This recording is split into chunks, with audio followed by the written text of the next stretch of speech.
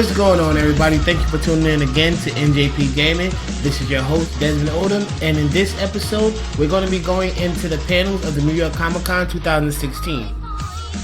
So I hope you guys are ready for a bunch of exclusive that you only hear here at New Jersey Productions Gaming. We're going to go inside the panels of Doctor Who, Resident Evil The Final Chapter, Power Rangers the Movie, Underworld, Blood Wars, and so much more. You're going to get to see some exclusive trailers of anime and manga, so make sure you guys stay tuned. And as well, we're going to be continuing our subscriber contest giveaway, so make sure you guys watch all the way through to get details on that. I hope you enjoy, and here are some of the panels. I know something happened up there, okay? I'm not the same. I'm strong. How strong? Insanely strong. No. Damn, dude. I feel like we need to go back out there. I'm gonna jump across with her, and then you jump. Piece of cake. Let's go. No, don't jump. Jason! That's not a piece of cake! Questions both in the room and on social, but for right now, I'm going to direct this one to Director Dean. Let's talk about tackling this property. Everybody loves it. Can you talk about your approach in bringing this to new audiences in a way that we've never seen? Sure. I mean, really, there were two things that were important to me. You know, I grew up on Power Rangers, so what I wanted, in South Africa, and what was important to me from the beginning was making a movie about growing up. And I wanted to make this a grounded, character-driven origin story that was always set to the backdrop of this spectacular adventure. So always at the center of the approach was making these characters real, with real problems that I think everyone will find relatable and identifiable as they go on this big, fun, spectacular odyssey. And the second thing that was important is I wanted to remain true to the spirit of the franchise that I grew up on and loved, that was loved the world over, and make sure that we worked really hard to reimagine it and reinvent it and bring it to a 2017. Like slipping into that costume. It seems like with great power comes great responsibility, yeah? Yeah, I mean... I know that's not a Ranger thing, guys. It's okay. Yeah, slightly different. No, look, I think anybody could say, you know, being a superhero does come with a lot of responsibility. And it does, I think, because a lot of people look up to superheroes. I certainly did when I was younger, Power Rangers, and a lot of other superheroes as well. So there's a lot of honor in that, but also lots of responsibility going into a production, and certainly of this magnitude, with a great cast and crew and director and everybody. We all put in 150% on this, and we really do hope that it resonates with you guys. What did you have to do to train to get ready? I mean, obviously it didn't work because you were getting hurt. No, she trained too hard. No. Right, Beck? Yeah. I don't know. It's weird because we did train a lot, but it was a lot on our, thank you. It was a lot on our body. I'm sorry, I could not acknowledge that. I'm flattered. No, it was a lot on our bodies. I mean, the hours, and then physically we were doing a lot. Like our stunt doubles went out of their way to help us kind of develop our fighting styles, and we really took on that responsibility to do a lot of our own stunts. And yeah, I think I just got caught up a couple times in the hustle of like, okay, next shot, and I'd be like, I gotta go pee! And then I'd run to the bathroom, and then I'd run back, and then next thing you know, I have a sprained ankle. So, I mean, there were a few accidents, I think. One of which, when I was training, we obviously learned choreography, and for the first time that I was ever on screen doing choreography, I literally punched someone in the mouth and made them bleed. One of our stunt performers, and I felt. And the nicest person too. Oh, poor Will. The nicest person too. I know, he's so person sweet. that least deserves it. But no. But I bled as well, so you know. No, that was his blood on your knuckle. I think it's like Digger said before, that we all try to give 150% through this, and that actually gave us a great facility and an amazing team of people to train with. And each time we went into this warehouse full of wires, full of mats, full of weight equipment. It felt like superhero training. I felt like I was in there to prepare to save the world, you know.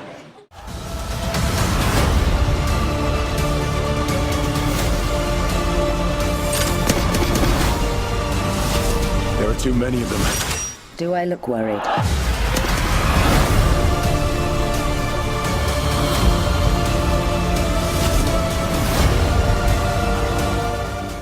When you know it's coming up. Yeah, there's some excitement and there's some dread. You know, there's some dread. And the dread tends to come when they say we've got new weapons for you, because I'm quite good with a gun, but I get nervous if I'm handed an axe or something. There's, you know, a little bit more axe and choppy type weapons in it. And some motorcycles too. Some motorcycles. I got to ride a motorcycle kind of for the first time. Wait, what's the kind of? Wait. Yeah, we'll see. You'll see. Theo. Hi. How's it going? Hi.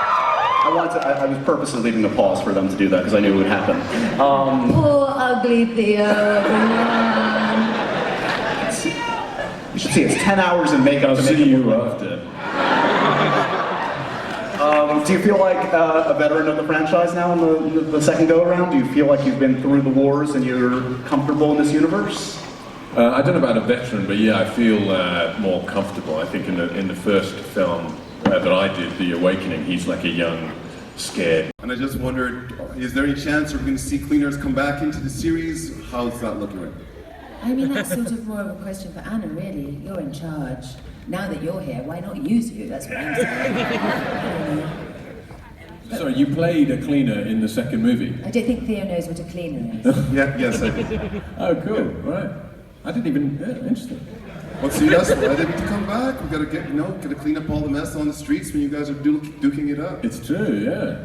Clean the blood up. Well, Underworld 6, the cleaners. Let's get them back. So, nice pitch. I thought so. Thank you very much. He just wanted a job. All right, here we go. Hi, my name is Rebecca. My question is for Kate. You've been a huge inspiration for me since I was growing up in high school, and I really wanted to thank you for that. And my question was, from the first movie up until now, how has her character kind of evolutionized? Has she become more vulnerable? Would you say she's more strong, or a mixture of both? I mean, yeah, I think she's, you know, she started out, the first movie as very much part of a kind of a coven, part of an army. She had a mentor, she fell in love, it was all going very well. Now all of that's gone to shit. You know, the coven's over, Victor turned out to betray her, Michael's disappeared, she had a baby without knowing it. I mean, I hate when that shit happens to me. And, you know, she starts the beginning of this, movie, you know, really having lost absolutely everything and having been such a sort of passionate fighter for the things that she loves. She's kind of lost everything. So this is a really big deal for her. I think she's probably the closest to suicidal a vampire has gotten in movie history at the beginning of this movie. Don't you? She's definitely ready to give up. Hello, my name is Andreas. I have a question for Theo and Kate. Did you guys have any funny moments when you were filming the movie? Over here. No.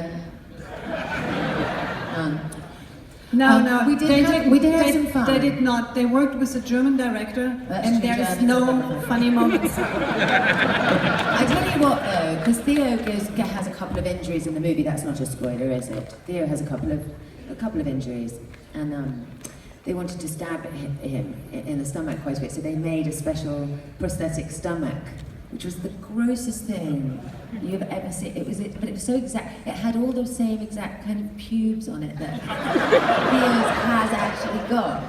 So it wasn't just me, but me and like some of the other cast members became obsessed with this piece of Theo's rubbery stomach that was kind of kept in another room, and we'd go and pay little visits to it and like take pictures of ourselves licking it. Leave little offerings, little bowls of raisins for it. And I think it was a big fight over who got to keep it, but then it sort of weirdly disappeared. I think Clint Coppola, the head of Screenwriters, has got it. But that was quite fun for me. I don't know how fun it was for Theo. It was very fun, yeah. I mean, they made a whole body kind of suit, which I actually have. So I can use, I'm not even going to go there. Sorry. Yeah, we had some fun, but some fun. But having a German director, Medium fun. Often Medium. you get shouted at. You know, she's like Schnell. I just wanted to say Schnell, to be honest. Hi, my name is Inez, and I am so nervous right now. This is amazing. I'm a huge fan, yeah. My question is for Kate. I just wanted to know, like, what your favorite part about playing the character Celine is, and if I can get a second part on that question, what was your favorite villain from all movies? All movies or all Underworld movies? All Underworld. Okay, not all movies, all time. All ages. yes. What was the first bit again?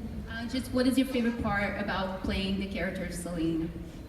I tell you, my favourite part is always actually watching it after, because doing it, I feel just still like the same twat from Chiswick who shouldn't be doing it at all. And then when you see it all kind of together and you go, oh my god, actually that looks very cool, it's always kind of amazing, shocker.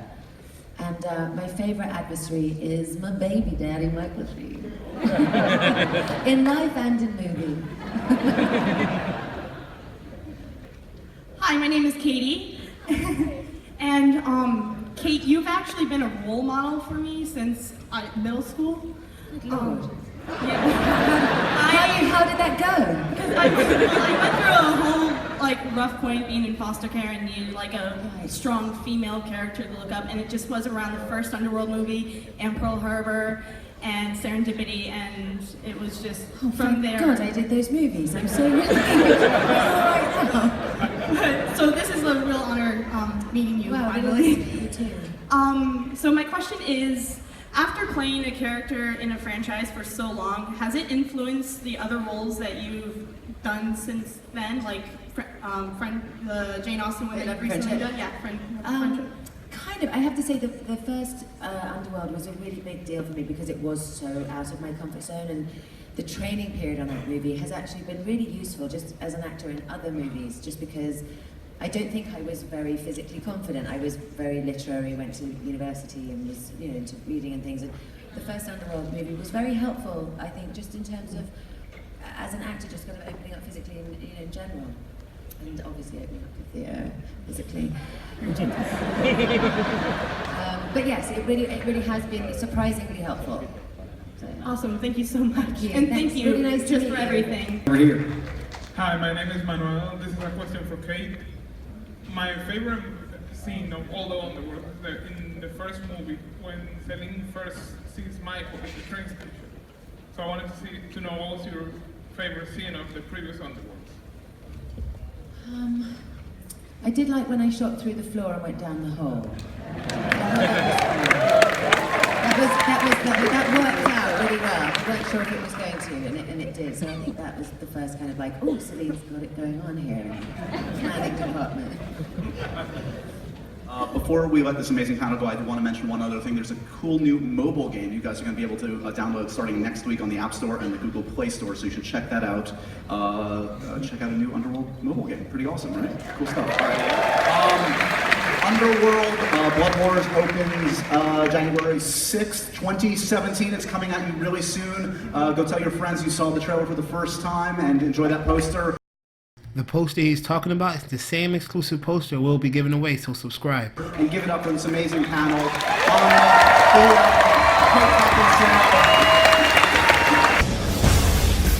Alice. What do you want from me?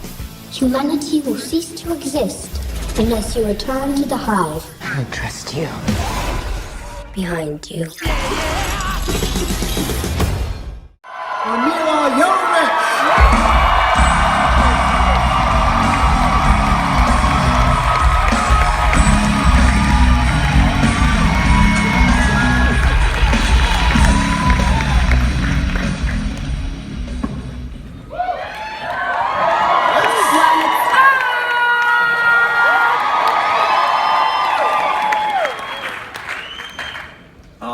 Love in the air for this cast and this franchise, guys. Congratulations. We're all very much looking forward to this one. Do you look forward to these kind of events, Mila, for something like this? I mean, I would think this doesn't get old to meet the fans like this. No, it doesn't. Are you kidding? But I'm happy to be in New York for Comic-Con. We did the San Diego one, so I think this is awesome to see, like, New York City. Love you! We love you too! Is there any part for the returnees, including you, Paul and Ali and Mila, any part of you surprised that the fans have not only stuck with you guys, but grown over the years and just have an insatiable appetite for this franchise? That's always the hope when you start something like this, but it doesn't always happen. Give me a sense of sort of the gratitude you feel, the excitement you feel about this franchise continuing the way it has. Incredible gratitude. I mean, in my dreams 15 years ago when we shot this first movie in Berlin, I could only dream about being in New York now, promoting the 6th movie of the franchise. So we have a sense from seeing that exclusive trailer of the storyline of this one. Give us a sense. Where does this one pick up? Where do we find Alice? What kind of adventure are we going to go on in this final chapter? Well, it's a return to the very beginning of the franchise. It's a return to Raccoon City, or what's left of it after we dropped a bomb on it in the second movie. It's a return to the hive where everything began for Alice. And it's also a voyage of discovery for the Alice character, because obviously, you know, Mila had memory loss in the first movie. Her character doesn't really know who she is. Chapter. And, Is this a metaphor, or are we talking, is this it, guys? The final chapter, part 2. Right. I'm just kidding. And we're gonna shoot it in I Cuba. wasn't kidding, but I mean, it is. We're definitely taking it full circle. yeah, this is the conclusion. You know, we're bringing it full circle. It's coming back to where it all began, and all of the questions that have been hanging over the franchise. You know, what is Alice's story? What's the real agenda of the Umbrella Corporation? Those are all going to be answered in this movie, and it's also a very emotional movie. You know, bringing Alice's story to a conclusion, even as a British person, and we're encouraged not to show any emotion in Britain. You know, stiff upper lip. Stiff upper chin. Even I kind of tear up at the end of the movie. I mean, I think this movie is going to have a level of emotional engagement that I think most people wouldn't necessarily assume would come with a Resident Evil film, and that's something that I'm very, very happy about. It's terrifying. Terrifyingly emotional. The amount of emotional engagement in this movie. More terrifying than Bridget Jones's Baby. Put that on the poster. Come on, guys. And we have to introduce the audience to some new blood in the franchise. Welcome, guys. It's good to have you here. Fresh meat. So intimidating, exciting, joining a franchise that's already, you know, well into it and has this fan base. That's got to feel like a security blanket, I would think. But in another way, is it a little scary jumping on board? I mean, it was for me. I was so excited to do it because I used to play the game, the very first one years ago, and I couldn't play the game with the sound up. So when I was like, they were like trying to be a Resident Evil, like that'd be awesome. And I've always admired Paul, all of his work, and Mira. I mean, Mira's hot, you know. When I was young, it was like really Ovich, you know. And it's awesome. And these movies are so much fun, and they're everything you want in a zombie movie. It's like there's some scares and there's some fun and action, and then there's all the emotional stuff. And this movie is awesome. And they're all so welcoming. So I had a great time. You disagree, I assume. You're not going to talk about how you're crouching in fear that first day on set. When Allie and I walked in, oh my God, don't hit me! Don't look at me! Don't look at me! No, please hit me! No, don't. No hazing rituals for you guys? No, like, no rite of passage you have to do? Or are you welcomed with open arms from day one? What was your first day on set like? I mean, it was great. I met Paul, Mila, Ali, and as soon as I got to the set, I was thinking about it. You know, I'm the outsider. You know, I'm coming into a new family. I mean, this is a family. I mean, they have been working together for years, and you kind of don't know where you're getting yourself into. But I already knew that, you know, it has been a great franchise, and for me to just be part of something like that, not only personally, but in my career too, it was going to be good for me to be, you know. And I mean, I had a great time since the first day I got there. You know, these guys make me feel a family, you know, and at home since the first day. So, I mean, I had a great experience. It has been a great experience since the first day on set, all the way to now. It was quite an exciting day on set, I have to say, when we all met you guys for the first, I mean, obviously, Alan and I knew each other, but, you know, like, I'm accosting you and you're trying to shoot at me. I mean, it was crazy, like, the very first day. he's screaming at me, everyone's like shooting. And then you start shooting, and then you get into the actual movie, right? That was all just like getting to know each other. That was just in the trailer, in the makeup and hair trailer. And it was great too because we had an idea what we were going to do, and then we get to the set and Paul says, all right guys, just drop off the scripts, we're not doing any of it. Whatever you guys thought we were going to do this and this and that. Oh, okay, great. Well, it was because it was a big dialogue scene. And I said, you know what this big dialogue scene really needs is more guns. So everyone brought their guns out and started screaming at one another and pointing guns in each other's face. And it's one of the better dialogue scenes. It's all dialogue scenes. Successful video game franchise and film. It's made over $1 billion, guys. And it's a well-told story that video game films adaptations do not succeed generally, and the fans don't embrace them like they have yours. What do you think, what's the correct path you went down that others haven't? Why do you think this one worked? Is it based on the material or the cast? The movie was made by people both in front of and behind the camera who genuinely adored the video game, and we knew what it was. I mean, I'm still shocked when people adapt video games and the filmmakers go, well, I never saw the game, I never watched the game, I never played the game. I mean, the level of hubris involved in that you know, no one would ever dream of adapting War and Peace without reading the book, but somehow it's okay to make a video game movie without knowing really what the fans love about the video game. And I think that's They're like scared to read. I'm so ready for the onslaught. But you made them very happy. They are giddy. Oh, giddy. The hubris. Family. The hubris of you. Hubris and War and Peace. What's wrong with that? This is New York, you know, we're not It's sexy when a man uses hubris in a situation, period. I love zombies now. I have nightmares about them, but like they're a part of my life. And you know, I remember when we did #1. I mean, nobody would touch a zombie movie, and that was part of the appeal for me as well. Was like, hell yeah, this is so rad. I haven't seen a good zombie movie. I mean, that's not like vintage on VHS or something. I mean, seriously. You know, and to see how people have embraced the undead since, you know, 2001, 2002 is amazing. You know, it's beautiful how much it opened up, you know, this whole like world for everybody that just had been kind of undiscovered for so many years. So I hope you guys enjoyed this exclusive footage from the New York Comic Con. I know I said there was going to be much more, and there is. I didn't realize how long this video was going to be, so we will be releasing a part 2, hopefully sometime this evening, so make sure you guys stay tuned for that. So if you guys want to see the entire Resident Evil Final Chapter panel discussion, make sure you head on over to our channel. That video is already up. So in part 2, we will be going into the world of anime, diving into the panel discussions of Sunrise Entertainment, Bandai Namco Pictures, Viz Media, and a few others. So if you love anime, you will not want to miss this video. So we are still currently doing our subscriber contest.